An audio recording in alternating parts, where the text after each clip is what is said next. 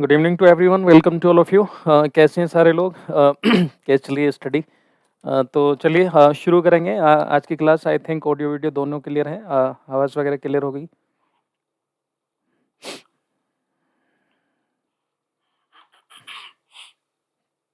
Let's start भाई, शुरू करते हैं आज की क्लास। और जो लोग अभी आज पहली बार क्लास में आए हैं उनसे मैं कहूँगा कि जितनी वीडियो इससे पहले की हो चुकी हैं, 25 क्लासेस हो चुकी हैं हमारी इससे पहले, तो उनको सीरियल वाइज शुरू से आखिर तक जो है देख लीजिएगा, ठीक है, अच्छे से। Good evening, good evening, good evening. कैसे हैं आप सारे लोग? उम्मीद करता हूँ सारे लोग अच्छे हैं। तो चलिए पढ़ना शुरू करेंगे आज की इस क्लास को, ठीक है। तो कौन कौन है? बुशरा, यास्मीन है, Priyanka, Preeti, Chandi Kumari, Moni Devi. Good evening, good evening. चलिए, वी आर मिसिंग, ठीक है सर। क्या नहीं नहीं, तो अभी हमने कहाँ तक पढ़ा था? मुझे जैसा ध्यान है पिछली क्लास में हम लोगों ने BOD तक पढ़ा था मेरे ख्याल से। BOD है ना, BOD तक पढ़ा था। और आज जो हमें COD पढ़ना है। एक्चुअल में हमारा वाटर पोल्यूशन वाला टॉपिक चल रहा है, ठीक है। तो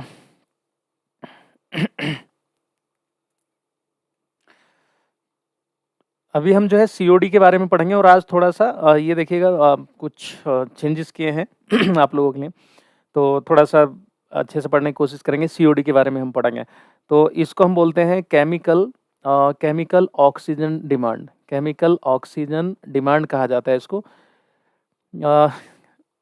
आपने इससे पहले जो पढ़ा था वो पढ़ा था आपने BOD, बायोलॉजिकल ऑक्सीजन डिमांड, ठीक है। तो आज ये कंप्लीट हो जाना चाहिए हमारा पोल्यूशन वाला जो चैप्टर है। देन इसके बाद में हम कुछ दिन फिर NCERT की समरी करेंगे। और उसके बाद में हाँ, जो मतलब थीम्स बेस्ड हैं। देन फिर जो वो आपके 2 रिमेनिंग जो टॉपिक रह जाएंगे, इस एसिड रेन वगैरह, ओजोन डिप्लीशन, क्लाइमेट चेंज, है ना, वो ग्लोबल वार्मिंग, वो सब हम पढ़ेंगे। इसको हम बोलते हैं रासायनिक, ठीक है, रासायनिक ऑक्सीजन है ना, मांग कह देते हैं इसको, या डिमांड बोल देते हैं, ठीक है। चलिए, गुड इवनिंग मोहम्मद यूसुफ। यूसुफ, हाँ भी वेलकम है आपका, ठीक है। यूसुफ है ना आपका नाम? हाँ, क्या मझधार में छोड़ के कहाँ चले गए थे? अरे यार, एक्चुअल में कुछ दिक्कत थी, सिस्टम में दिक्कत हो गई थी, है ना। तो फिर अभी कुछ चेंजेस किए हैं मैंने करवाया यहाँ पर। कश्मीर में हो ही नहीं पा रहा था, यहाँ पर सब बिल्कुल बंद है ठंड की वजह से। इतना ज़्यादा ठंड है यहाँ पे, तो वो सिस्टम में गड़बड़ हो गया था। टेक्निकल एरर आ गई थी, तो वो सही नहीं हो पा रही थी। मैंने कैसे न कैसे टेक्निकल आज, है ना, यूनिवर्सिटी जब खुली तो फिर टेक्निकल जो टीम होती है ना यूनिवर्सिटी की, तो उससे फिर मैंने करवाया सही, ठीक है। चलिए, सूरज प्रसाद पटेल, ओके, शुक्रिया डियर। तो देखो क्या होता है, आपने बायोलॉजिकल ऑक्सीजन डिमांड पढ़ी थी। जो लोग आप में साइंस बैकग्राउंड के नहीं हैं वो बिल्कुल परवाह ना करें, ओके। मैं बिल्कुल उनको एक एक चीज़ क्लियर कराऊंगा, एक एक टर्म को क्लियर कराऊंगा। और कोई बड़ी चीज़ नहीं है, एक बार भी पढ़ोगे तो आराम से आ जाएगा। हमने BOD पढ़ी थी पिछली क्लास में। BOD का मतलब ये था कि जितने भी ऑर्गेनिक वेस्ट होते हैं, देखिए जहाँ पर भी वर्ड आएगा ऑर्गेनिक, हिंदी में उसको बोलते हैं कार्बनिक। तो जहाँ पर कार्बनिक वर्ड यूज़ होगा, इसका मतलब ये है कि उसमें कार्बन मौजूद है, कार्बनिक चीज़ें। तो जैसे आपका कार्बोहाइड्रेट हो, प्रोटीन, फैट, विटामिन, है ना, ये सब। या जैसे कोई भी कूड़ा कबाड़ा होता है, जैसे गोबर हो गया, कचरा हो गया, पत्तियाँ हो गई, पेड़ पौधे, एनिमल्स की बॉडी हो गई, कूड़ा कबाड़ा कचरा जो भी घरों से निकलने वाला होता है, या जो भी एनिमल्स और प्लांट की बॉडी से बनता है खास करके, ओके। जैसे मान लो गोबर है, तो वो गोबर भी तो घास खाई होगी ना, जो कैटल्स होंगे, चौपाए होंगे, तो वो निकल करके जब किसमें वाटर बॉडी में अगर पहुंच जाएगा। वाटर बॉडी का मतलब होता है कोई भी जलाशय जिसमें पानी भरा हो, तालाब हो सकता है, पोखरा हो सकता है, नदी हो सकती है, झील हो सकती है, कुछ भी, है ना। तो उसमें जैसी वो जब वो सड़ेगा, तो आप सब जानते हैं 3 ही चीज़ों से चीज़ें सड़ती हैं। एक तो सड़ती है जीवाणु से। दूसरा सड़ता है फंगस, यानी जो कवक होता है, फफूंदी जिसको हम बोलते हैं, उससे भी सड़ जाती हैं चीज़ें। और एक और होता है जो थोड़ा बहुत सड़ाता है, जिनको हम बोलते हैं प्रोटोजोन्स बोलते हैं, जो हमने प्रोटोजोन डिसीजेस भी पढ़ी थी, ठीक है। तो उनसे उनसे सड़ती हैं चीज़ें, समझ रहे हैं ना।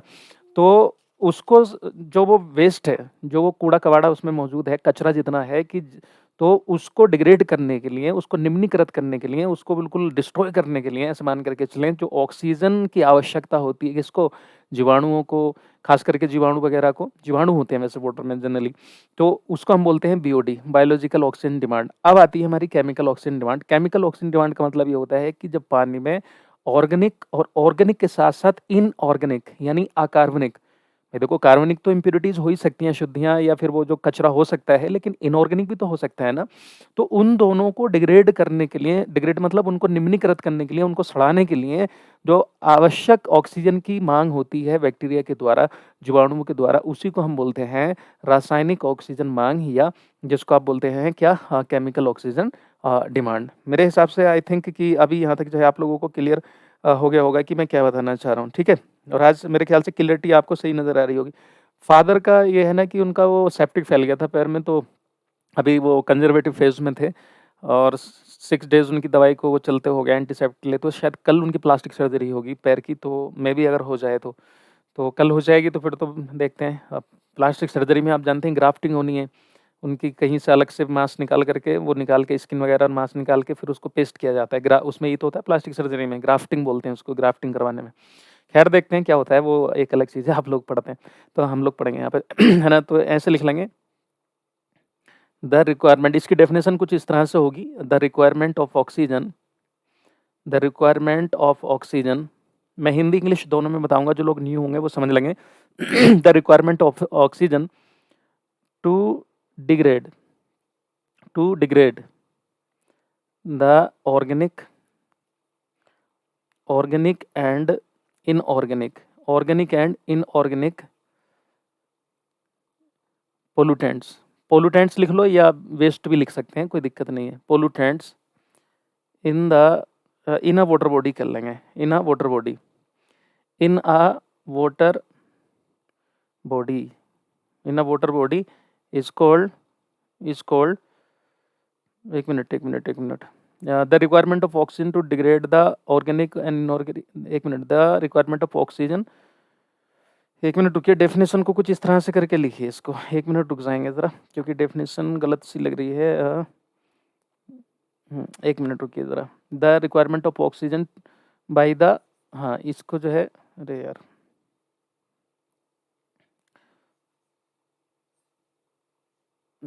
इस तरह से लिखेंगे ज़रा, एक मिनट। ठीक है, the requirement of oxygen by the micro organism, देखो मैं यहाँ पे माइक्रो ऑर्गेनिज्म लिख दे रहा हूँ, ठीक है, microorganisms, microorganisms to degrade, इस तरह से लिखो सही से, degrade the, degrade the organic and inorganic pollutants in a water body is called as chemical oxygen demand। अब सही है डेफिनेशन, ठीक है, केमिकल ऑक्सीजन डिमांड, ठीक है। बस इसमें बस आपको करना क्या है, इस पे जो क्वेश्चन आएगा मैं बता दे रहा हूँ कैसे क्वेश्चन आएगा। इसमें क्वेश्चन इस तरह से आएगा कि जो है अगर सीओडी ज़्यादा है वाटर बॉडी में, जलाशय में, किसी में तालाब में किसी की सीओडी ज़्यादा है या बीओडी ज़्यादा है, तो इस किस बात का सूचक है, तो आप बताएंगे भाई पोल्यूशन ज़्यादा है। इनको हिंदी में इस तरह से लिख लेंगे कि जलाशय में, जलाशय में उपस्थित, जलाशय में उपस्थित लिख लो। अब जैसे मैंने यहाँ पे जलाशय बोल दिया, अब ज़रूरी नहीं है कि जलाशय लिखा हो, है ना, आप वाटर कह सकते हैं, लेकिन जिसमें कचरा होगा उसी के लिए तो बोलेंगे, आप जल में उपस्थित कह सकते हैं या जलाशय में उपस्थित, है ना, जल या जलाशय दोनों कुछ भी आप लिख सकते हैं, आपकी मर्जी है। चलिए मैं यहाँ पे कन्फ्यूज़न ना हो इसलिए मैं यहाँ पर आपको बता दे रहा हूँ कि आप यहाँ पर जल या जलाशय करके लिख सकते हैं, जल या जलाशय में उपस्थित, ठीक है, कार्बनिक, कार्बनिक एवं अकार्बनिक, कार्बनिक एवं अकार्बनिक प्रदूषकों के, प्रदूषकों देखिए यहाँ पर पोल्यूटेंट है ना, जब कचरा कोई सड़ेगा तो प्रदूषक ही तो हो गया, क्योंकि उससे पानी की क्वालिटी खराब होगी। प्रदूषकों के निम्नीकृत के लिए, निम्नीकृत के लिए सूक्ष्म जीवों, सूक्ष्म जीवों के द्वारा, के द्वारा ली गई, ली गई ऑक्सीजन को, समझ में आ रहा है सभी को, ऑक्सीजन को, ठीक है, रासायनिक ऑक्सीजन मांग, रासायनिक ऑक्सीजन मांग भी बोल देते हैं आप इसको, ठीक है, ऑक्सीजन मांग कहा जाता है, यानी सीओडी कहा जाता है, ठीक है, सीओडी कहा जाता है, बस इतना आप लिख लो और कुछ नहीं है, ठीक है, कहा जाता है, ठीक है गाइस। हाँ, आदर्श पाठक सर आप बहुत अच्छा पढ़ाते हैं। अरे कोई नहीं, वो आपकी मेहनत है ना? आप लोग वो कर रहे हैं। ठीक है सर, सिंपल लैंग्वेज में समझाइए। हाँ, शालिनी बिल्कुल। देखो शालिनी ऐसे मान कर के चलो, जैसे ये मैं समझा रहा हूँ आपको, जैसे ये कोई एक वाटर बॉडी है, कोई मान लो तालाब है, पोखरा है, कुछ भी है। इसमें मान लो किसी ने मरे हुए जानवर फेंक दिए या किसी ने कचरा फेंक दिया, है ना? जैसे मान लो ख़ास करके कूड़ा-कबाड़ा, पेड़-पौधों की पत्तियाँ हैं इसमें या कुछ कोई भी वेस्ट है ना? कोई भी इसमें मान लो क्या है, वेस्ट है। वेस्ट का मतलब क्या होता है? व्यर्थ पदार्थ। अब वो जब वो सड़ेगा, देखो मैं सिंपल लैंग्वेज में बता रहा हूँ, यहाँ पर जो डिग्रेडेशन का मतलब होता है वो सड़ना होता है, ठीक है? जब वो सड़ेगा, तो वो अपने आप तो सड़ेगा नहीं, उसको सड़ाने के लिए इसमें बैक्टीरिया होंगे। क्या होंगे इसमें? कुछ बैक्टीरिया होंगे। मान लो ये ऐसे छोटे-छोटे से इसमें बैक्टीरिया डाल दिए इसमें, ये बैक्टीरिया हैं इसमें, मान लेते हैं, ठीक है? तो वो इसको सड़ाने के लिए क्या करेंगे, वो ऑक्सीजन लेंगे, क्योंकि कुछ ऐसे बैक्टीरिया होते हैं जो एरोबिक होते हैं। एरोबिक मतलब वायवीय बैक्टीरिया होते हैं जिन जो क्या है वो बिना ऑक्सीजन के सर्वाइव नहीं कर पाते सही से। तो मान लेते हैं कि ये बैक्टीरिया हैं इसमें, क्या है ये? बैक्टीरिया। बैक्टीरिया मतलब जीवाणु हैं। तो अगर मान लो इसमें सिर्फ ऑर्गेनिक वेस्ट को सड़ाने के लिए जो ऑक्सीजन की रिक्वायरमेंट हो रही है, उसको हम बोल देते हैं बीओडी। बट इसमें जो और अशुद्धियाँ होंगी, जो अकार्बनिक होंगी यानी इनऑर्गेनिक होती हैं, तो उसको सड़ाने के लिए जो और उसकी भी और ज़्यादा आवश्यकता होगी किसकी? ऑक्सीजन की। तो टोटल को सड़ाने के लिए, यानी इनऑर्गेनिक और ऑर्गेनिक दोनों को सड़ाने के लिए जो आवश्यक ऑक्सीजन की माँग होती है, डिमांड होती है बैक्टीरिया के द्वारा, उसी को हम बोलते हैं सीओडी बोलते हैं। क्या बोलते हैं? सीओडी बोलते हैं। ठीक है? खाना बनाते हुए देख रहे हैं रोमांच, ठीक है, बहुत बढ़िया। सर क्या आप पीजीटी की केमिस्ट्री की भी क्लास लेते हैं? नहीं, मैं पीजीटी की केमिस्ट्री की क्लास नहीं लेता हूँ, मैं पीजीटी ज़ूलॉजी बॉटनी यानी पीजीटी बायोलॉजी की क्लास लेता हूँ डियर, ठीक है? ये नहीं लेता, ठीक है? टीजीटी केमिस्ट्री टीजीटी तक केमिस्ट्री में लेता हूँ, केमिस्ट्री, फिजिक्स, बायो तीनों टीजीटी तक, और पीजीटी के लिए मैं ज़ूलॉजी बॉटनी लेता हूँ, राइट? चलिए, भाई मैं हाँ, साक्षी समझ में आ गया? शशि, हाँ, चलिए बहुत बढ़िया। देखो मेरे ख़्याल से आई होप कि आपको ये क्लियर हो गया होगा। मैं समझ रहा हूँ, मैं मान रहा हूँ कि ये थोड़ा-सा टेक्निकल टर्म है, लेकिन इसको आप पढ़ लो, अगर मान लो इसमें क्वेश्चन आ जाता है, नहीं आएगा कोई नहीं, लेकिन कम से कम आपकी नॉलेज तो बढ़ती जाएगी, मगर इससे क्वेश्चन आ गया तो। अभी है ना, रेगुलर ही क्लास होंगी, मैं 12 को आ जा रहा हूँ वहाँ पे, 13 से आपकी क्लास जो है फिर दिल्ली से ही होंगी फिर आपकी, है ना? तो मैं मेरी 12 को फ्लाइट है, ठीक है? चलिए, तो ये हो गया भाई मेरे ख़्याल से। अब देखो मैं ये कह सकता हूँ, चलो अब अगली लाइन से ज़रा एक चीज़ समझेंगे, अगली लाइन से एक चीज़ समझिए। क्या मैं ये कह सकता हूँ, आप लोग सारे लोग बताओ, क्या सीओडी जो होगी, मैं ये कह सकता हूँ कि डायरेक्टली प्रोपोर्शनल होगी पॉल्यूशन के? या फिर ऐसे, 1 मिनट रुको, ऐसे लिखो, या चलो ऐसे भी लिख सकते हैं, इधर लिख लो या इधर लिख लो, एक ही बात है, ठीक है? मतलब सीओडी ज़्यादा होगी, अगर सीओडी ज़्यादा होगी तो ये समानुपाती हो गई किसके? प्रदूषण के। तो जब समानुपाती करके कोई चीज़ लिखी होती है तो उसका मतलब ये होता है कि अगर इधर वाला बढ़ेगा, लेफ्ट वाला बढ़ेगा तो राइट वाला, या राइट वाला बढ़ेगा तो लेफ्ट वाला बढ़ेगा। इसका मतलब ये है कि ज़्यादा सीओडी अगर होगी, मान लो इस पे क्वेश्चन दे दूँ मैं आपको, कैसे क्वेश्चन आएगा? मेरे पास क्वेश्चंस हैं ऑलरेडी, ठीक है? मैं प्रैक्टिस करा दूँगा, कल एक काम करते हैं, थोड़ा-सा प्रैक्टिस ही कर लेते हैं, कोई दिक्कत नहीं है। तो अगर बताओ सीओडी ज़्यादा होगी तो प्रदूषण ज़्यादा होगा कि कम होगा? तो आप बताएँगे भी ज़्यादा होगा। अगर सीओडी ज़्यादा है इसका मतलब ज़्यादा ऑक्सीजन की रिक्वायरमेंट हो रही है, ज़्यादा कचरा मिला हुआ है उसमें। समझ रहे हैं ना मेरे हिसाब से? बताइए। हाँ, प्रीवियस क्वेश्चन वगैरह सब करा दूँगा मैं, 2018 में ही तो हुआ था आपका वो, तो क्वेश्चन करा दूँगा मैं, उसमें क्या है। सीओडी जो है, हाँ, लेकिन सिलेबस इस बार थोड़ा-सा चेंज करा है ना, वो पिछली बार उसमें एसएसटी वगैरह के भी वो अलग से मेंशन था। तो ये हो गया। अब देखो इन दोनों में रिलेशन है। आप ये बताओ, मैं अगर ये कहूँ कि जो सीओडी होती है, सीओडी जो है हमेशा याद रखिएगा, देखो सीओडी जो होती है हमेशा ज़्यादा होती है किससे? बीओडी से। क्यों? क्योंकि बीओडी का मतलब होता है सिर्फ़ ऑर्गेनिक, कार्बनिक कचरे को सड़ाने के लिए जो ऑक्सीजन की ज़रूरत पड़ती है, और सीओडी का मतलब हो गया कार्बनिक के साथ-साथ इनऑर्गेनिक दोनों को। तो सीओडी हमेशा बीओडी से ज़्यादा होती है। याद रखिएगा लगभग-लगभग कितनी ज़्यादा होती है? 1.6 के आस-पास जो है वो बीओडी से ज़्यादा होती है। अगर मैं कहूँ कि भई ज़्यादा, बोले कितनी ज़्यादा, है ना? मतलब जो है कितनी, तो लगभग-लगभग मैं कह सकता हूँ कि इतनी ज़्यादा होती है ये, कि लगभग 1.5 गुना से भी ज़्यादा, यानी 1.5 गुना से ज़्यादा सीओडी होती है बीओडी के कंपेयर में। इसको याद रखो मत रखो आपकी मर्ज़ी है, बट ये याद रखिएगा कि ये दोनों चीज़ें बहुत इम्पोर्टेंट, ये वाली चीज़ इम्पोर्टेंट है आपकी। इसी तरह से मैंने बीओडी के बारे में बताया था कि अगर बीओडी बढ़ेगी तो पॉल्यूशन ज़्यादा होगा। हाँ, प्रैक्टिस करा दूँगा मैं, ठीक है? हाँ, sir I am not science background but well understood. Sushma Rani, अगर आप अच्छे से समझ रहे हैं तो है ना, बहुत अच्छे से समझ में आ गई। तो ये समझ में आ गई बात, ये आई होप कि ये आपका फंडा क्लियर हो गया होगा, बस इतना ही था।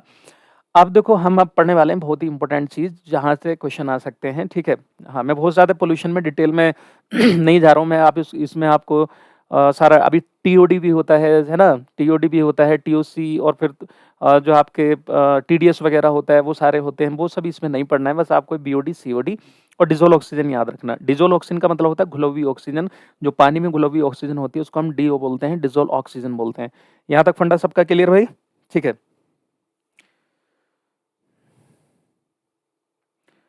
हाँ, क्लियर हो गई बात ये? चलो बहुत बढ़िया। रागिनी त्रमाकर सर, है ना? You teach so well, I like your teaching, I want to good. कोई नहीं, थैंक यू, शुक्रिया। बस अब देखो ये समझेंगे, है ना? मेरे लिए देखो सब बिल्कुल आप बराबर हैं, मतलब इन द सेंस कि आर्ट्स एंड कॉमर्स वाले भी मेरे लिए सब बराबर हैं, मैं सबको समझाते हुए चलूँगा और इतनी बड़ी चीज़ भी नहीं है, वैसे भी मल्टीडिसिप्लिनरी होता है एनवायरनमेंट, ठीक है? चलो इधर समझते हैं ज़रा एक चीज़ और। एक चीज़ और समझ लीजिएगा, एक चीज़ होती है यूट्रोफिकेशन, इस पे क्वेश्चन आ जाता है। यूट्रोफिकेशन, यूट्रोफिकेशन, ठीक है? इसको आप समझ लेना, इसको हम बोलते हैं सुपोषण बोलते हैं इसको, याद रखना इसको क्या बोलते हैं? सुपोषण बोलते हैं। और इसके बारे में आप लोगों ने पढ़ा होगा कि जो सुपोषण होता है ये ठीक चीज़ नहीं है, नेगेटिव चीज़ होती है सुपोषण, ठीक है? तो सुपोषण का मतलब क्या होता है ज़रा कायदे से समझेंगे। देखिए जब किसी वाटर बॉडी में, मैं देखो अभी डेफिनेशन तो लिखा ही दूंगा, मान लो कोई तालाब वगैरह है, ये मान करके चलें कि जैसे ये कोई तालाब है, सपोज कीजिए कि ये तालाब है ना, मान लेते हैं क्या जाता है, तो इसमें मान लो ठीक है पानी है, ठीक है, इसमें जो है मान लेते हैं पानी है, इस तरह से करके, ठीक है। तो इसमें क्या होगा कि इसमें बहुत से जीवाणु होंगे, इसमें बहुत से छोटे-छोटे जो है फाइटोप्लैंक्टन, ज़ूप्लैंक्टन्स वो सब होंगे, है ना? और इसमें जो है और भी कीड़े-मकोड़े, मछली नहीं होंगी इसमें? आप ये बताओ क्या मछली नहीं होगी इसमें? मान लो हरे कलर की मछली नहीं होती है, मैं आपको दिखाने के लिए बना दे रहा हूँ कि भई जैसे मान लो इसमें मछली है, ठीक है ना? मछली है इसमें। ओके, और भी बहुत से होंगे, एक्वाटिक लाइफ़ होगी इसमें। तो इसमें किसी कारण से पानी में बह कर के और इसमें जो है मान लीजिए कि 2 चीज़ें आ गई बह कर के, पानी में बह कर के और मतलब एग्रीकल्चर के फ़ील्ड से या किसी तरह से इसमें 2 चीज़ें आ जाएँ, ठीक है? तो कार्बनिक क्या है? ये सुमन गौतम देखिए कार्बनिक का मतलब होता है कि ऐसे कोई भी यौगिक कंपाउंड, कोई भी ऐसा मटेरियल जिसमें कार्बन मौजूद हो, जिसमें कार्बन मौजूद हो उसको हम कार्बनिक बोलते हैं, ठीक है? और जिसमें कार्बन नहीं होता है, ठीक है? तो उसको हम अकार्बनिक बोलते हैं। जैसे मान लो H2SO4 है, सल्फ्यूरिक एसिड, वो इनऑर्गेनिक है क्योंकि उसमें देखो कार्बन नहीं आया फ़ॉर्मूले में, समझ रहे हैं ना? राहुल कुमार आपकी तैयारी हो जाएगी, पिछली क्लास देख लो आप सारी। चलो, तो इधर आप समझेंगे ज़रा। अब मान लो 2 चीज़ें इसमें आ जाती हैं, एक तो इसमें नाइट्रोजन आ जाता है, क्या आ जाता है? नाइट्रोजन। इसमें पानी में 2 चीज़ें मान लो आ जाती हैं कहीं से, नाइट्रोजन बह कर के आ जाता है। जैसे देखो आप सब एग्रीकल्चरल बैकग्राउंड के बारे में अगर नहीं भी हैं तो जानते तो होंगे, अगर एग्रीकल्चर बैकग्राउंड से नहीं भी हैं तो हम नाइट्रोजन इस्तेमाल करते हैं, यूरिया के रूप में एनपीके यूज़ करते हैं, डाई अमोनियम फॉस्फेट इस्तेमाल करते हैं, उर्वरक के रूप में करते हैं, नहीं करते हैं? या आर्टिफिशियल फर्टिलाइज़र कह सकते हैं यूरिया वगैरह को। इसी तरह से फ़ॉस्फ़ोरस, इसमें 2 चीज़ें आ जाएँ किसी का कहीं से, कौन-सा आ जाए दूसरा? फ़ॉस्फ़ोरस। दूसरा फ़ॉस्फ़ोरस आ जाए मान लो। देखो मैं आपको ना डायग्राम बना करके समझा रहा हूँ, दूसरा क्या आ जाए? फ़ॉस्फ़ोरस। तो फ़ॉस्फ़ोरस का किसी जलाशय में मान लो ये कोई है ना पॉन्ड है या कुछ है, जलाशय में बढ़ते चले जाना, क्या होता है उसको हम यूट्रोफिकेशन बोलते हैं। अब यूट्रोफिकेशन का मतलब हिंदी में समझ में आ रहा है सुपोषण, यानी जो है इसमें पोषक तत्व ज़्यादा हो गए, खास करके नाइट्रोजन और फ़ॉस्फ़ोरस। इनका ज़्यादा बढ़ना सही नहीं होता क्योंकि इनके ज़्यादा बढ़ने से क्या होता है कि पानी की सरफेस पे ऊपर-ऊपर ऐसे करके एक लेयर बन जाती है। एक पानी की ऐसे करके पानी के ऊपर क्या है कि ऐसे करके लेयर बन जाएगी जो इसको पूरे तालाब को ढक लेगी, पूरे तालाब को ढक लेगी, ठीक है? जब इस पूरे तालाब को ढक लेगी तो जो रोशनी आती है सूरज की वो सही से मान लो जैसे सन की लाइट है ना? मान लो सन है और सन की लाइट जैसे यहाँ तक आएगी तो वो सही से जो है इसके पास में आ नहीं पाती। मतलब इसमें जो है लाइट के अंदर जो मतलब ये ऊपर से जब लेयर बना लेता है ना तो जो सनलाइट है वो आ नहीं पाती है सही से। ये मान लो जो है सन है, ठीक है? तो लाइट सही से आ नहीं पाती, इसी को हम बोलते हैं यूट्रोफिकेशन बोलते हैं, ठीक है? क्या बोलते हैं इसको? यूट्रोफिकेशन बोलते हैं। क्लियर हो गई बात यहाँ तक ये? हाँ।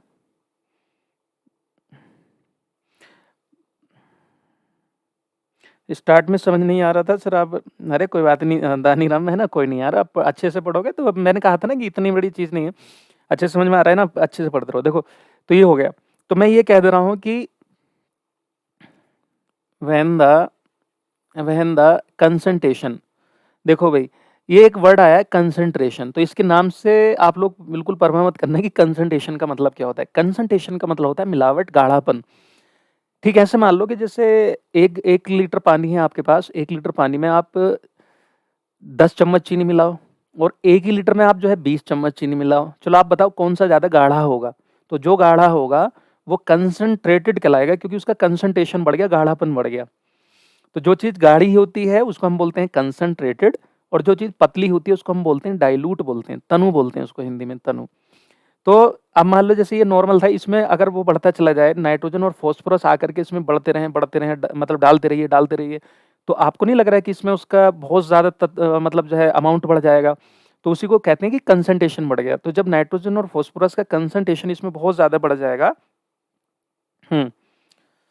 तो उसी को हम बोलते हैं यूट्रोफिकेशन। जो इसके ऊपर जो एल्गी होती हैं, ये जो ऊपर लेयर बन गई, इस लेयर का नाम होता है एल्गल ब्लूम। इस लेयर का जो ऊपर लेयर है, इसका नाम क्या होगा? ये जो लेयर बनी है, एल्गल एल्गल ब्लूम नाम होता है इसका। ठीक है, क्या बोलते हैं इसको? Algal Bloom. एल्गल ब्लूम बोलते हैं, और ये अच्छी चीज़ नहीं होती है, जिसको शैवाल ब्लूम बोलते हैं। शैवाल ब्लूम बोल देते हैं इसको। ठीक है, इसके ऊपर वो लेयर सी बन जाती है। तो when the concentration of the nitrogen and phosphorus, when the concentration of nitrogen and phosphorus, आज मेरे ख्याल से ये लिखा हुआ आपको मोटा मोटा सा अच्छा नजर आ रहा होगा। ठीक है, हाँ, सांद्रता, यस, सांद्रता। हाँ, सांद्रता बढ़ जाएगी यानी कंसंट्रेशन बढ़ जाएगा, और है ना, बिल्कुल सही। तो व्हेन द कंसंट्रेशन ऑफ, ये सबने पढ़ा होगा वैसे, when the concentration of nitrogen and phosphorus increases in the water bodies, कोई भी हो, वाटर बॉडीज लिख दे रहा हूं मैं, वाटर बॉडीज। ठीक है, दिस फिनोमिनन इज कॉल्ड,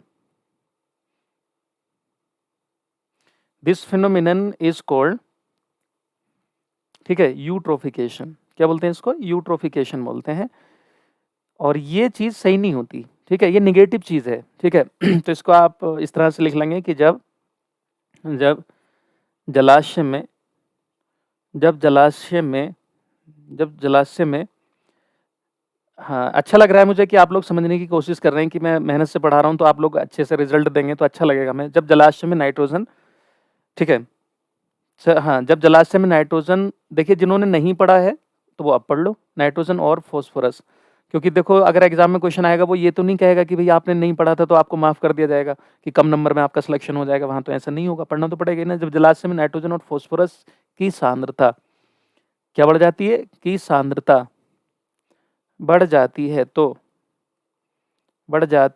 तो उसे सुपोषणता कहते हैं।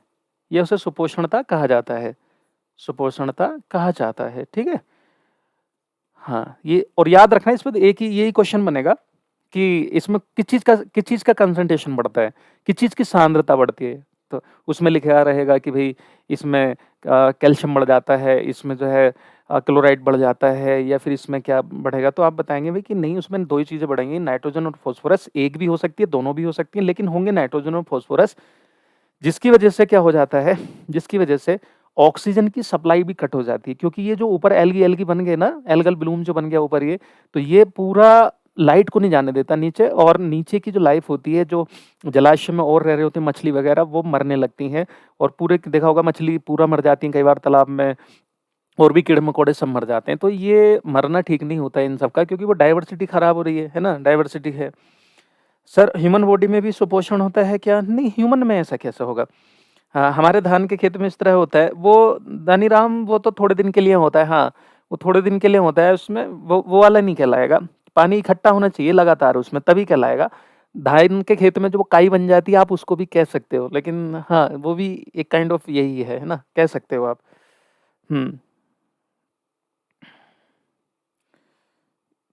ठीक है, हाँ, अंकित कुमार कश्यप भाई, आपका कमेंट नजर आ रहा है डियर। ठीक है, तो ये हो गया। अब देखो इसके होने से क्या होता है कि यूट्रोफिकेशन की दिक्कत क्या है, ये भी तो है ना। यूट्रोफिकेशन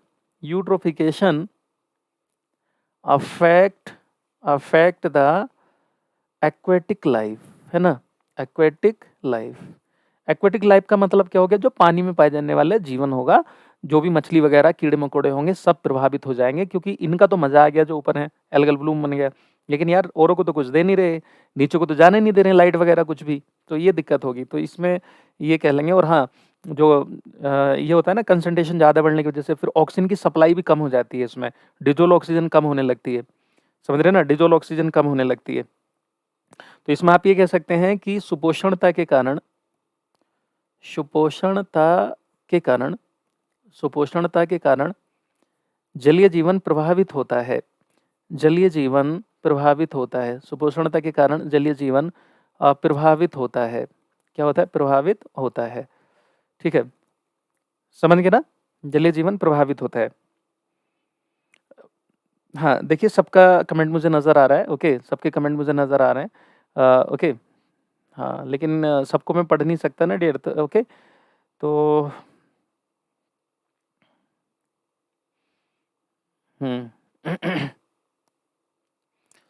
चलो ठीक है ना? तो मेरे ख्याल से यहाँ तक समझ में आ गया होगा। ओके, चलो आगे बढ़ते हैं। आप कश्मीर से वापस कब आओगे? मैं 12 को वापस आ रहा हूँ, 12 को फ्लाइट है मेरी। ठीक है, ये हो गया यहाँ तक ये? चलिए, हाँ, फिर यहाँ तक क्लियर ना? तो ये अच्छी चीज़ नहीं है। एक तो ये याद रखिएगा। इसके अलावा एक बहुत इंपॉर्टेंट चीज़ बताने वाला हूँ आप लोगों को, और उसको भी ध्यान में रखिएगा। ठीक है, जब पढ़ ही रहे हैं इस टॉपिक को तो अच्छे से ही पढ़ लीजिए। इसके अलावा एक चीज़ होती है बायोमैग्निफिकेशन। ये भी नेगेटिव टर्म है देखा जाए तो। बायोमैग्निफिकेशन, बायोमैग्निफिकेशन, बायोमैग्निफिकेशन, जिसको आप बोलते हैं जैव आवर्धन। जैव आवर्धन, ये चीज़ भी जो है पानी में अगर ज़्यादा हो जाती है तो ये चीज़ भी सही नहीं होती। जैव आवर्धन, ठीक है, क्या? जैव आवर्धन। इसके बारे में भी समझ लीजिएगा। इस पे क्वेश्चन भी आ जाता है कि जैव आवर्धन किस में ज़्यादातर देखने को मिलता है। ठीक है।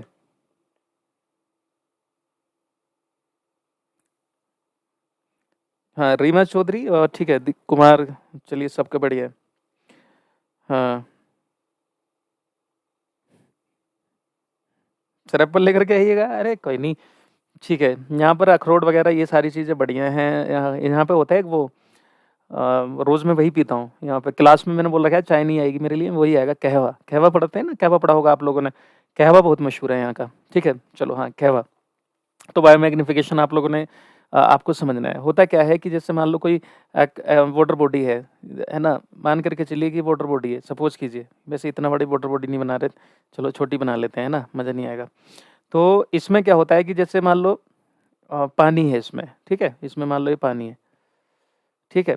तो इसमें क्या होगा कि छोटी कीड़े-मकोड़े भी होंगे इसमें, है ना? और जो है एक दूसरे को खाते चलते हैं, फूड चेन आपने पढ़ी ही थी। इसमें छोटी मछली भी होंगी, बड़ी मछली भी होंगी। अब इसमें मान लो किसी हार्मफुल चीज़ का कंसंट्रेशन बहुत ज़्यादा है। मान लो कोई जो है कोई हार्मफुल चीज़ है, हार्मफुल है, मान लो जैसे हैवी मेटल है। मैं यहाँ पे लिख दे रहा हूँ, या पहले इसकी डेफिनेशन लिख लेते तो ज़्यादा अच्छा रहता मेरे ख़्याल से। हाँ, इलायची वाली चाय नहीं होती, कहवा होता है, केसर होती है उसमें, केसर डाल करके, केसर का पाउडर होता है, इलायची की चाय। चलिए। चलो, कोई नहीं, परसों को जब मैं, हाँ, मैं 12 को निकलूँगा, लेकिन उससे 1 दिन पहले यहाँ डल लेक के सामने, यहाँ से 200 मीटर है, जहाँ मैं बैठा हूँ ना बिल्कुल इस वक़्त, यहाँ से ठीक मैं गेस्ट हाउस में हूँ, तो उस पार जो है 200 मीटर 200 मीटर होगा यहाँ से, 200 मीटर दूर जो है वो है। उस दिन मैंने दिखाई थी ना डल लेक आपको एक यूट्यूब पे, तो वो जो है डल लेक है सामने ही, वहाँ 4 चिनारी वगैरह जो आपने पढ़ी होंगी ना, सीटेट वीटेट की तैयारी की होगी उस दौरान। तो मैं देखो फिर से जाऊँगा, मैं इस बार बोटिंग करके आनी है मुझे। वो जो होता है ना, क्या बोलते हैं उसको, अ, वो होते हैं ना यहाँ पे, क्या बोलते हैं यार उसे, शिकारा बोट्स हैं यहाँ पे बहुत ज़्यादा। तो अभी मैंने यहाँ पे, मैं पहले भी आ चुका हूँ पिछले साल, तो पिछली बार मैं आया था अप्रैल में, यहाँ पे क्लास थी। तो अभी जो है मैं उस पे मैं जा रहा हूँ कि क्या पता फिर कभी आना होना हो, तो परसों को बोटिंग करके आऊँगा मैं, ठीक है? तब लाइव दिखाऊँगा आप लोगों को, ठीक है? चलिए।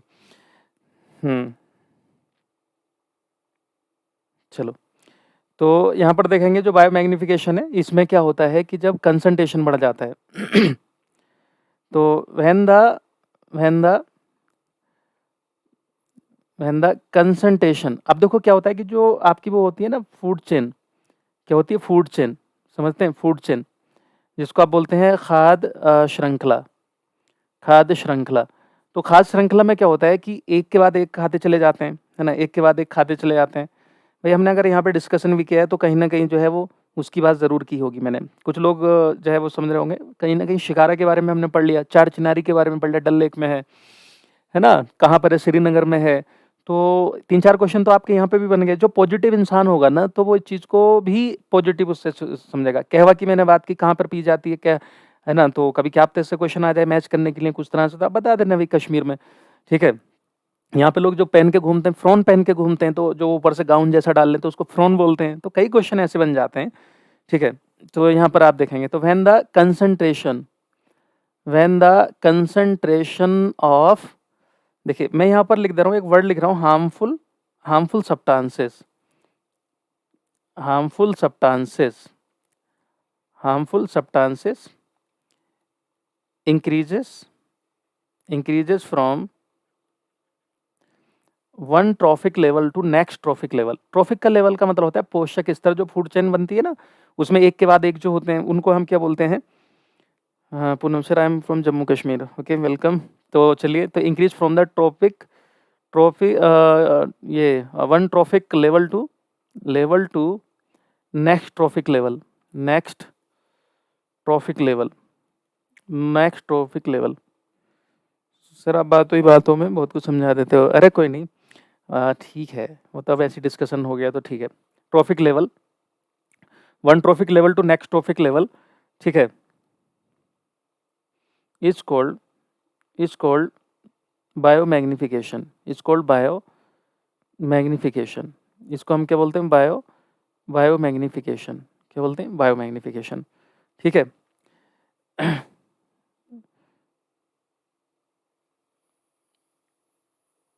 एक मिनट रुकिए, एक मिनट, थोड़ा सा इसको हम इस तरह से लिखेंगे तो ज़्यादा अच्छा रहेगा।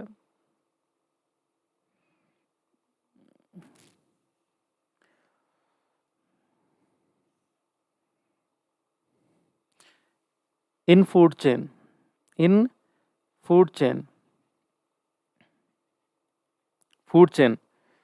is called बायोमैग्निफिकेशन, ठीक है। अब इसको हिंदी में समझ लेंगे। अब देखो, ज़्यादातर ये जो मैंने यहाँ पे लिखा ऊपर खूब अच्छे से बनाया हुआ है कि वाटर बॉडी में ही हम ये देखते हैं। किस में देखते हैं? वाटर बॉडी में। वाटर बॉडी का मतलब क्या हो गया? कोई भी जलाशय, तो हम जलाशय में तो देखेंगे, किसी भी जलाशय में देखते हैं, है ना? तो ये क्वेश्चन आ जाता है। तो आप इसको इस तरह से लिख सकते हैं कि जब किसी खाद्य श्रृंखला की या किसी खाद्य श्रृंखला, जब किसी खाद्य श्रृंखला में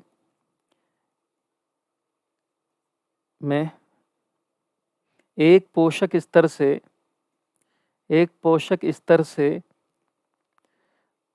अगले पोषक स्तर में हानिकारक पदार्थों की मात्रा या सांद्रता, मात्रा कह लीजिए या सांद्रता कह सकते हैं, सांद्रता बढ़ती चली जाती है तो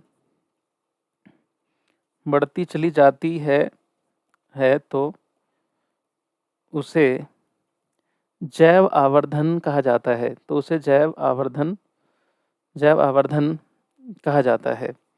जैव आवर्धन कहा जाता है, ठीक है जी। हाँ, ऋषा शुक्ला जी, बिल्कुल। हाँ, सत्येंद्र वर्मा, आपका कमेंट दिख रहा है, ठीक है। चलिए, तो मेरे ख्याल से यहाँ तक कि आप लोगों को समझ में आ गया होगा। तो जब इसमें अब जैसे यहाँ पर देखिए, उसमें जो बात की गई थी सुपोषणता में, उसमें 2 की ही बात की थी, नाइट्रोजन और फॉस्फोरस की। लेकिन यहाँ पर आप खतरनाक जो हार्मफुल सब्सटेंस होते हैं उनकी बात करते हैं। तो अब जैसे मैंने एक वर्ड यूज किया यहाँ पर कि हार्मफुल सब्सटेंसेस, ठीक है। हार्मफुल सब्सटेंसेस, ये वर्ड यहाँ पे लिखा हुआ है, ठीक है। और यहाँ पर भी मैंने लिख दिया था कि हानिकारक पदार्थों की मात्रा जब बढ़ने लगती है, तो वो हानिकारक पदार्थ क्या हो सकते हैं, ठीक है। तो जो हार्मफुल सब्सटेंसेस हैं उनके बारे में भी समझ लेना कि हार्मफुल जो सब्सटेंस होंगे वो क्या क्या हो सकते हैं, यानी हानिकारक जो पदार्थ हैं, और ठीक है, वो हानिकारक पदार्थ कौन कौन से होंगे। तो भाई देखो, क्या क्या हो सकता है? हैवी मेटल्स हो सकती हैं, हैवी मेटल्स का मतलब होता है जिनकी है ना, जो जिनकी सांद्रता पानी की सांद्रता से 5 गुना या उससे ज़्यादा होती है। जैसा आपका हैवी मेटल्स मतलब भारी धातुएँ, इसके एग्ज़ाम्पल आप 1-2 दे सकते हैं जो हमें बहुत नुकसान देती हैं। भारी धातुएँ, तो भारी धातुओं में जैसे आप यहाँ पर आप समझ लो जैसे मरकरी, मरकरी का नाम सुना है कभी? मरकरी हो गई, मरकरी भारी धातु है, इसको डिनोट करते हैं Hg से, और मरकरी को हिंदी में क्या बोलते हैं? पारा। बहुत ही आपने सुना होगा, बहुत खतरनाक होता है। उसके अलावा जैसे आपने नाम सुना होगा कैडमियम, नाम सुना है कभी कैडमियम? इसको Cd से डिनोट करते हैं तो कैडमियम हो गया, है ना? लेड का नाम सुना होगा आप लोगों ने, लेड, है ना? तो लेड को Pb से डिनोट करते हैं, तो कैडमियम को कैडमियम ही बोलेंगे, लेड को क्या बोलेंगे आप? लेड ही बोलेंगे, ठीक है? हैवी मेटल्स हो गई हैं आपकी, ठीक है? फॉर जैसे मान लो मैंने यहाँ पे एग्जांपल दे दिया 1, 2। दूसरा आप जैसे लिख लो कि जैसे आप कह सकते हैं पेस्टिसाइड, समझते हैं आप पेस्टिसाइड? जैसे डीडीटी वगैरह को इसलिए तो बैन करा था, लंबे समय तक वो एग्जिस्ट करती है, डिग्रेड नहीं हो पाती। तो पेस्टिसाइड हो गए आपके जैसे कीटनाशी, तो कीटनाशी वगैरह ये सब का की सांद्रता बढ़ती चली जाती है। देखो कैसे बढ़ेगी, अब जरा मैं इसको समझा दे रहा हूँ कि कैसे बढ़ेगी, एक डायग्राम से समझेंगे। अभी फिलहाल ये लिख लो कि और भी आदि आदि एटसेट्रा कर लो, ये सब हो सकते हैं, कीटनाशी हो गए, टॉक्सिक मटेरियल कुछ हो सकते हैं, हैवी मेटल्स वगैरह एंड ऑल, ठीक है जी। तो ये समझ में आ गई बात, ये पेस्टिसाइड की है ना, ये सब। तो अब मैं जरा एक डायग्राम बना करके थोड़ा सा समझाने की कोशिश करूंगा, आप लोग इसको पहले लिख लो आराम से। यहाँ तक अगर क्लियर हो गया हो तो मैं अब कैसे कंसंट्रेशन बढ़ेगा, बायोमैग्निफिकेशन एक्चुअल में होता क्या है, वो आप समझ लो कि भाई कैसे बढ़ेगा कंसंट्रेशन। मान लो, चलो पहले इसको यहाँ तक लिख लो।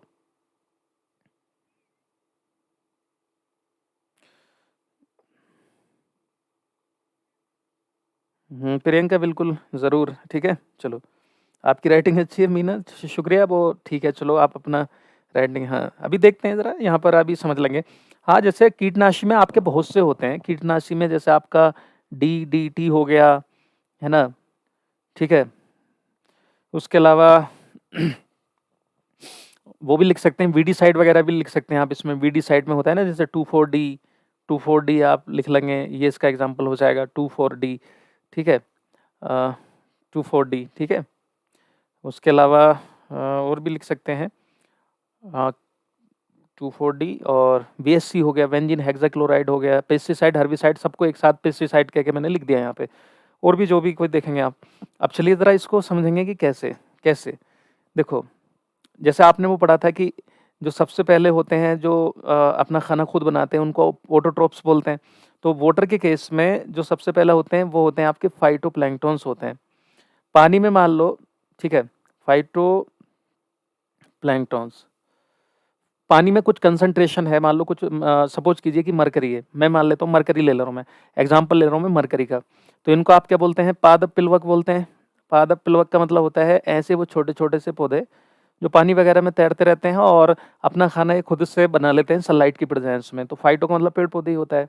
सपोज कीजिए कि हम बात करें, मान लो पानी में मरकरी है, मान लेते हैं मरकरी है, मरकरी मतलब Hg, पारा है, पानी में मान लो पारा है, और पारला जो ये पारा होता है मतलब आप जानते हैं टॉक्सिक मेटल होता है, सबको पता है भाई ये टॉक्सिक मेटल होता है।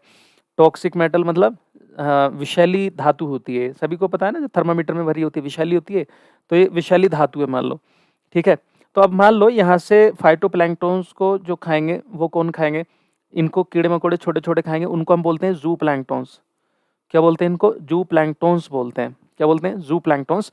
इनको हम बोलते हैं जंतु पिलवक बोलते हैं, छोटे छोटे जो मान लो।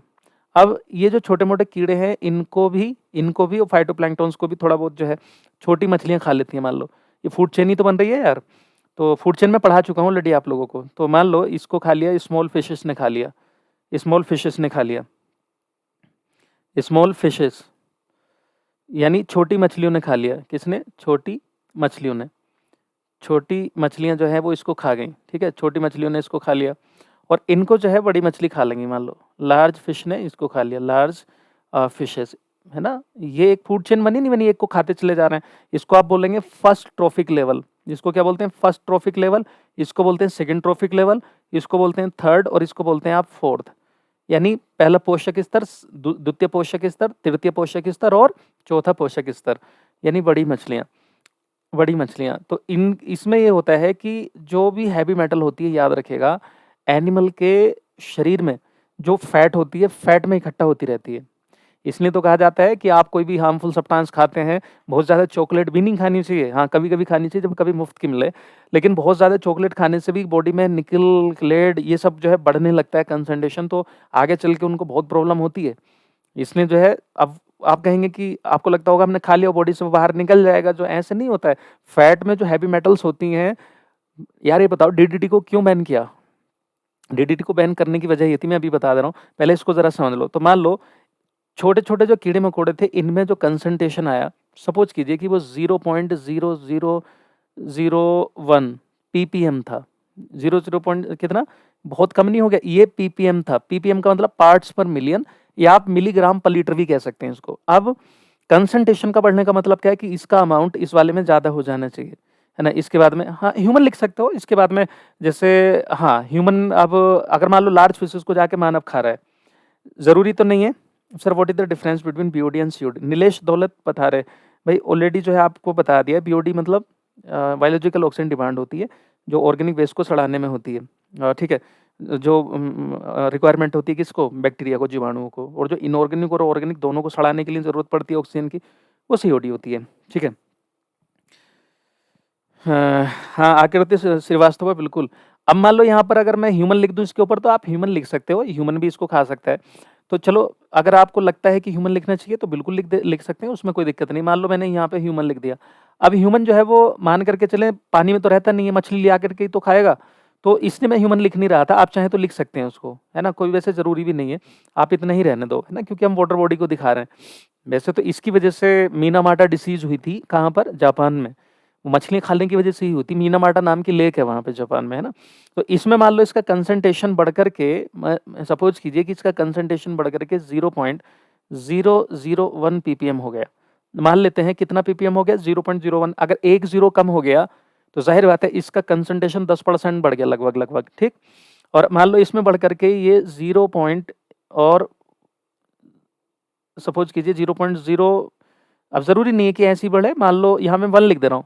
अब कोई कहेगा कि 0.01 लिखना चाहिए, तो ज़रूरी थोड़ी ना है, हो सकता है स्मॉल फिश में मैंने बहुत ज़्यादा खाया हो फाइटोप्लैंक्टन्स को। ये चलो कभी कन्फ्यूज़न हो जाए, मैं ऐसे ही लिख दे रहा हूँ 0.01, 0.01 पीपीएम। तो इसका कंसंट्रेशन बढ़ रहा है कि घट रहा है? तो आप कहेंगे बढ़ रहा है। और इसमें मान लो जाते-जाते ये सपोज़ कीजिए कि 1 पीपीएम हो गया। आप सोचो कितना यहाँ कम था और यहाँ कितना ज़्यादा हो गया। इसी को हम बोलते हैं बायो मैग्निफिकेशन। क्या बोलते हैं इसको? बायो मैग्निफिकेशन कहा जाता है इसको। क्या कहा जाता है इसको? बायो मैग्निफिकेशन, ठीक? जैव आवर्धन। अब देखो जैसे डीडीटी है, डीडीटी को हम खेतों में इस्तेमाल करते थे, तो डीडीटी को मैंने बताया था क्या है? पेस्टिसाइड है। इसकी फुल फॉर्म भी बताई होगी मैंने, dichloro diphenyl trichloroethane. Full form पता है ना इसकी? Dichloro diphenyl trichloroethane. तो ये क्या है? एक पेस्टिसाइड है। सबको पता है कि भाई ये क्या है? एक पेस्टिसाइड है। ठीक है? पेस्टिसाइड यानी कीटनाशी है। तो इसको बैन कर दिया। बैन करने की वजह क्या थी? क्योंकि ये नॉन बायोडिग्रेडेबल है। क्या है ये? नॉन बायोडिग्रेडेबल है। नॉन बायोडिग्रेडेबल, नॉन बायोडिग्रेडेबल है, जिसको आप बोलते हैं कि गैर निम्नीकरणीय है या अनिम्नीकरणीय है। ठीक है? मतलब जल्दी से ये बैक्टीरिया वगैरह इसको खत्म नहीं कर पाते। तो इसको हम बोल देते हैं कि अनिम्नीकरणीय है ये। अनिम्नीकरणीय यानी जल्दी से खत्म नहीं होती। क्यों? क्योंकि ये परसिस्टेंट ऑर्गेनिक पोल्यूटेंट में आता है। इसका मतलब ये है कि ये पड़ा ही रहता है बहुत दिनों तक, और जिससे वो फूड चेन में आ सकता है। मान लो खेत में आपने पेस्टिसाइड इस्तेमाल करा, कीटनाशी, ठीक? अब बारिश हुई या किसी तरह से पानी भरा खेत में और वो बह करके किसी जलाशय में पहुंच गया, तो वहां पर भी जाकर के बायो मैग्निफिकेशन की प्रॉब्लम कोज करेगा। उसके अलावा जो फसल आपने उगाई है उसमें भी आता है, और उसमें धीरे-धीरे आकर के अगर हमारी बॉडी में इकट्ठा होता रहेगा, तो जो हड्डियाँ होती हैं वो खराब होने लगती हैं, नर्वस सिस्टम ब्लॉक होने लगता है। उसके अलावा जो प्रेगनेंसी होती है, गर्भ होता है, वो जल्दी गिर जाता है इसकी वजह से। तो ये भी कहा जाता है कि ये क्या है? परसिस्टेंट परसिस्टेंट ठीक है, परसिस्टेंस भी बोल देते हैं, परसिस्टेंट भी बोल देते हैं। तो परसिस्टेंट ऑर्गेनिक पोल्यूटेंट है। परसिस्टेंट ऑर्गेनिक पोल्यूटेंट्स में आता है, यानी जो है खूब दिनों तक ये उसमें पड़ा रहता है। पीओपी बोल देते हैं इसको। प्लास्टर ऑफ पेरिस मत समझ लेना, परसिस्टेंट ऑर्गेनिक पोल्यूटेंट है। खैर चलो, एक तो एक अलग चीज़ हो गई। ये पता है बैन क्यों हुआ था? कि एक वो थी, क्या नाम था? ये क्वेश्चन बल्कि इम्पोर्टेंट हो भी जाता है। एक आपने नाम सुना होगा, रकल कार्सन। ठीक है? रकल रकल कार्सन का नाम सुना होगा आप लोगों ने, रकल कार्सन, है ना? इन्होंने एक किताब लिखी थी, इनकी एक किताब थी और उसका नाम याद रख लेना, वो थी साइलेंट स्प्रिंग। इन्होंने ही तो बताया था पब्लिक को कि भाई देखो, ज़्यादा अगर ये पेस्टिसाइड इस्तेमाल करोगे तो आने वाले समय में लोग मरेंगे। तो किताब का नाम क्या था? Silent spring. याद रखना, जिसको लिखना है लिख लो।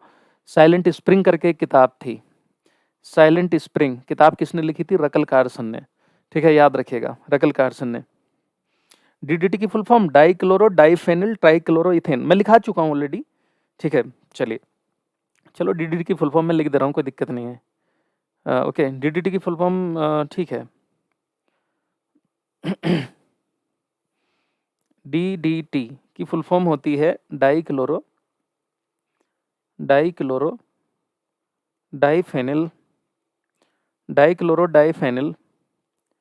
ट्राइक्लोरोइथेन ट्राइक्लोरोइथेन, ये फुल फॉर्म है इसकी भी, डाइक्लोरो डाइफेनिल ट्राइक्लोरोइथेन। चलो खैर, बस इसमें इंपॉर्टेंट आपका ये साइलेंट स्प्रिंग आप समझे तो इसको समझ लेंगे। साइलेंट स्प्रिंग इन्होंने लिखी थी। ठीक है, हाँ, इसकी फुल फॉर्म में बता चुका हूँ।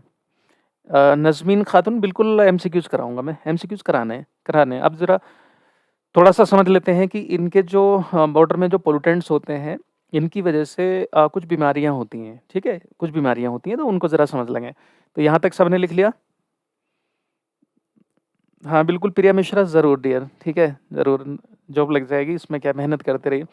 तो यहाँ पर आप देखेंगे ज़रा, देखो, एक्सेस में अगर कोई चीज़ हो जाती है, कई बार कहते नहीं है, ज़्यादा होना किसी चीज़ की कमी भी ठीक नहीं, तो अति होना भी ठीक नहीं होता है। तो एक्सेस अमाउंट ऑफ, ठीक है, मरकरी, अगर मरकरी बहुत ज़्यादा हो जाएगी, है ना, हमारे शरीर में अगर ज़्यादा मरकरी हो जाए, यानी पारे की अधिकता हो जाए, यहाँ पे एक्सेस अमाउंट बोला है, मतलब अधिकता। मैं यहाँ पे बात कर रहा हूँ कि जैसी कुछ मेटल थोड़ी बहुत लेवल पे होंगी तो ठीक है, तो इसको हम क्या बोलते हैं? पारा। पारे की अधिकता से एक बीमारी होती है, उस बीमारी का नाम होता है Meena Marta disease. Meena Marta एक शहर भी है जापान में, और वहाँ पे एक शायद कोई झील वील भी है मीना मार्टा के नाम से ही, तो इस बीमारी का नाम पड़ गया मीना मार्टा डिसीज। इसमें क्या होता है, इंसान देखा होगा झुक सा जाता है, नर्वस सिस्टम भी लोक हो जाता है, मेंटल रिटार्डेड होने लगता है। ठीक है, तो इसको हम बोलते हैं मीना मार्टा बीमारी। अगर एक क्वेश्चन आ जाए कि बताइए मीना मार्टा बीमारी किसकी वजह से होती है, तो आप बता देना मरकरी की ज़्यादा होने की वजह से होती है। अगर शरीर में मरकरी ज़्यादा इकट्ठा होगी तो मीना मार्टा नाम की बीमारी होगी। ठीक है, हाँ हाँ, बहुत सी चीज़ों की कमी भी ठीक नहीं होती, तो अति भी ठीक नहीं होती है। तो एक तो ये याद रखना, अगर मान लो, है ना, ये ऐसी लिखाई चला जा रहा हूँ, एक तो मैंने मरकरी लिख दिया, दूसरा आप ये लिख लो कि अगर एक्सेस अमाउंट में ही, ठीक है, अगर कैडमियम ज़्यादा हो गया पानी में कैडमियम ज़्यादा, और वो हमारी बॉडी में पहुंच जाए। पानी में ज़्यादा होने से कुछ नहीं, हमारी बॉडी में ज़्यादा इकट्ठा होना चाहिए, उसको बायो एक्युमुलेशन बोलते हैं वैसे, है ना, जैव संचय बोलते हैं। बायो एक्युमुलेशन से ही तो बायो मैग्निफिकेशन होता है, तो जैव संचय बोलते हैं। तो अगर कैडमियम ज़्यादा हो गया तो इससे भी एक बीमारी होती है, याद रखना। हाँ, मीना मार्टा में अगर चाहें तो लिख सकते हैं नर्वस सिस्टम ब्लॉक होता है हमारा, ठीक है, और इंसान की हालत ख़राब हो जाती है, मेंटल रिटार्डेड। ये कैडमियम की वजह से क्या होता है, एक बीमारी होती है जिसका नाम है इटाई। देखिए, बीमारी का नाम है इटाई, और इसी को हम एक और नाम से जानते हैं, और आउच डिसीज, और आउच डिसीज, और आउच डिसीज। ठीक, इसमें भी क्या है कि हमारी बोन्स की प्रॉब्लम होती है, नर्वस सिस्टम की भी होती है, और मसल्स की भी दिक्कत होती है। बस इतना याद रखिएगा कि कैडमियम के ज़्यादा होने से कौन सी बीमारी होती है? इटाई, और इसी को आप दूसरा नाम देते हैं, हाँ, इटाई भी बोलते हैं इसको, और इसी को आउच नाम की बीमारी भी कहा जाता है। ठीक है, बहुत सही। हाँ, ब्रेन वगैरह की प्रॉब्लम, भूलने की प्रॉब्लम्स, और इंसान मेंटली रिटार्डेड होने लगता है, और कई बार तो इसमें झुक जाता है इंसान बीच में से। ठीक है, हाँ, आउच, ठीक है, हाँ, ठीक है, समझ में आ गई बात ये? चलो, मरकरी जो थी ना, वो जो जापान में लेक थी, उसमें मछली खाते थे यहाँ के लोग, इसमें की, और उसमें मरकरी बहुत ज़्यादा थी। तो उन मछलियों को खाने से, है ना, वहाँ के लोगों का नर्वस सिस्टम ये सब ब्लॉक होने लगा, तंत्रिका तंत्र प्रभावित होने लगा, लोगों में बोल गया यार क्या हो गया ऐसा। ठीक है, ये है, जापान में फैली थी, मीनामाटा जापान में है। ठीक है, चलो अब इधर अगला और देखते हैं कि मान लो, ये तो आपका हो ही गया है। हाँ, इसके अलावा, मरकरी के अलावा एक्सेस अमाउंट ऑफ, मान लो लेड है, एक्सेस अमाउंट ऑफ लेड है पानी में, तो क्या होगा? इसकी वजह से जो डिसीज का कोई नाम अलग से नहीं है, तो आप इसमें बताएंगे कि इसमें एक तो दिक्कत होती है कि प्री मैच्योर बर्थ होता है, यानी मिसकैरेज समझते हैं आप लोग?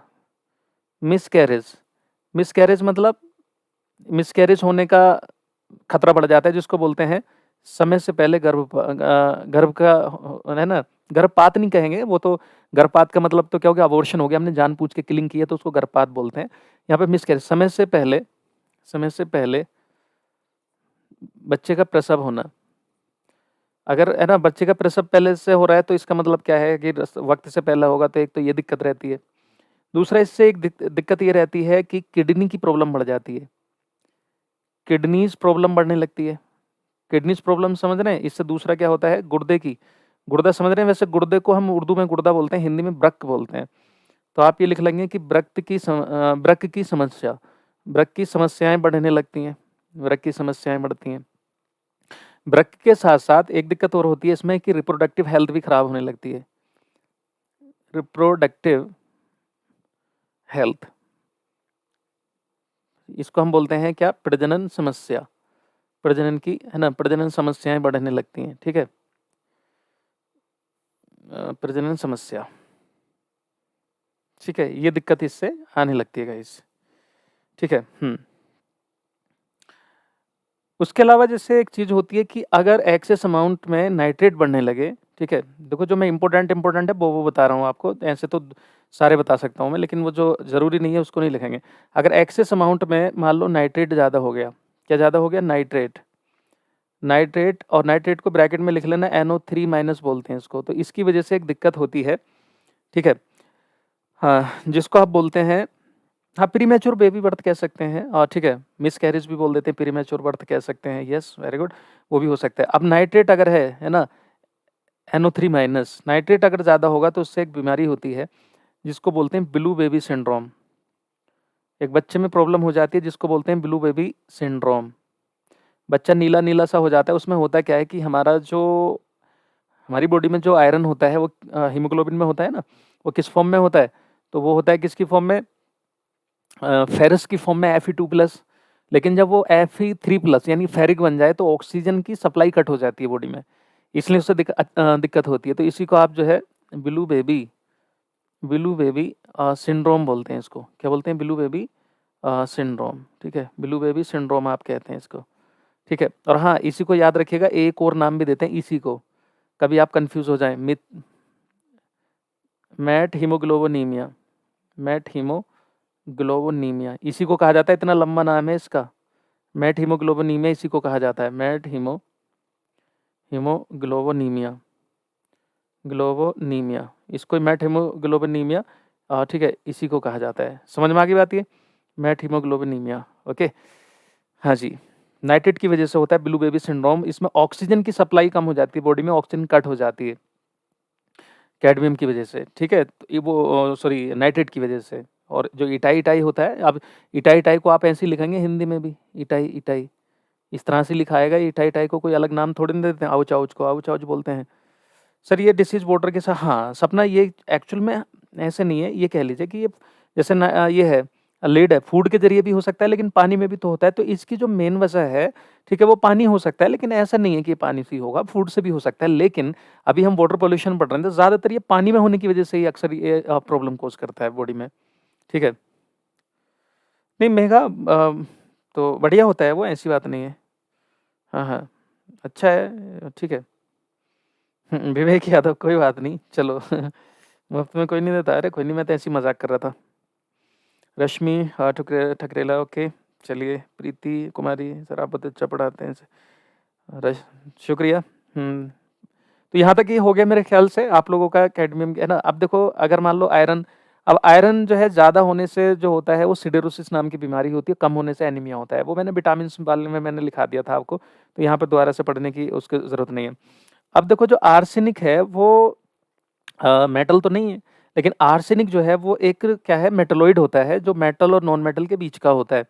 तो अगर आर्सेनिक भी ज़्यादा हो गया, है ना, मतलब मैं कहूँ कि अगर आर्सेनिक भी ज़्यादा होगा, जगह है पीछे, 1 मिनट रुकिए। तो अगर आर्सेनिक ज़्यादा होगा बॉडी में तो ये भी बहुत दिक्कत करता है। आप में कोई वेस्ट बंगाल का है भई?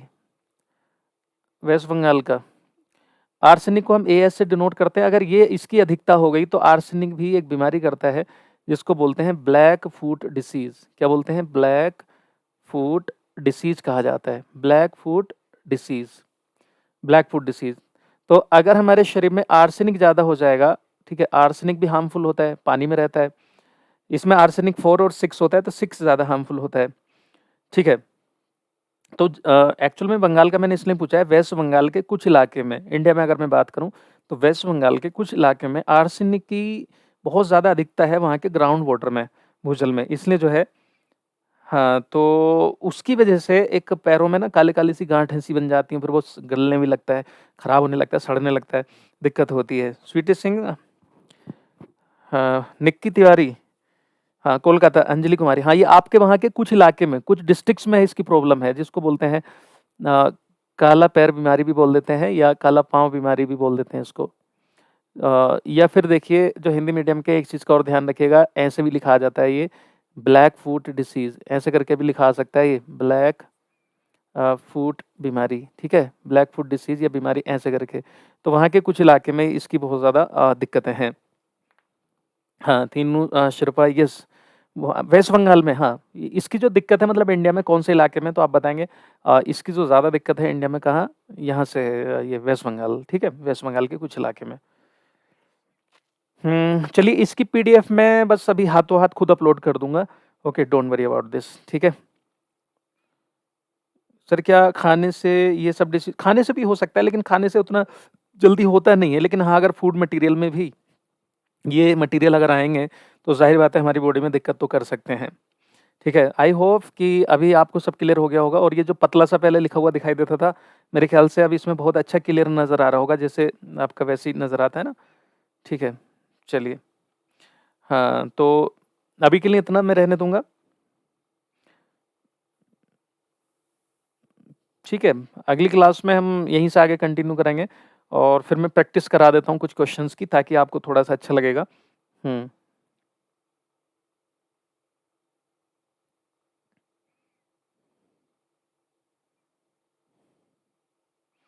हाँ, बिल्कुल पता चल जाएगा। ठीक है, चलिए। तो अभी के लिए इतना। विल्सन डिसीज़ भी बता देता हूँ। देखो, अगर कॉपर अगर ज़्यादा हो गया, हाँ, कॉपर के ज़्यादा होने से, अगर मान लो तांबा ज़्यादा हो जाए, तांबा के बर्तन में आपने देखा होगा बहुत से लोगों को वो रख के पीते हैं, पानी रख के, अच्छी बात है, उससे नहीं बढ़ेगा। लेकिन हाँ, अगर ग्राउंड वाटर में बहुत ज़्यादा होगा या फूड में ज़्यादा होगा ये, ख़ास करके ग्राउंड वाटर में, तो फिर ज़्यादा होना इसका सही नहीं होता, तो उससे विल्सन बीमारी हो जाती है। विल्सन डिसीज़ भी बोल देते हैं इसको, या विल्सन सिंड्रोम भी बोल देते हैं, विल्सन सिंड्रोम, ठीक है? विल्सन सिंड्रोम, ठीक है? हाँ। विल्सन सिंड्रोम भी कहा जाता है इसको, ठीक है? और विल्सन बीमारी भी बोल देते हैं। तांबे के ज़्यादा होने से होती है। कॉपर का मतलब क्या है? तांबा। तो विल्सन बीमारी, जो विल्सन बीमारी है, वो तांबे के विल्सन बीमारी या विल्सन सिंड्रोम, ठीक है? विल्सन सिंड्रोम एक ही चीज़ है, तांबे के ज़्यादा होने से होता है, ठीक है? ठीक है, पल्लवीवल, शुक्रिया डियर। चलिए, कल जो भी इसमें का रिमेनिंग है, ओके, वो कर लेते हैं, और देखते हैं। मैं क्वेश्चन करा दूँगा, अभी तो मैं प्रैक्टिस कराने का सोच रहा हूँ। एक्चुअली 2-3 दिन आपकी क्लास नहीं हुई, मुझे बड़ा बेकार लगा, ये सिस्टम ही ठीक नहीं हो पा रहा था यहाँ। चलिए, तो अभी के लिए इतना। तो मिलते हैं अगली क्लास में, तब तक अपना ख़्याल रखेंगे। जय हिंद, जय Bharat, bye bye, take care, ठीक है?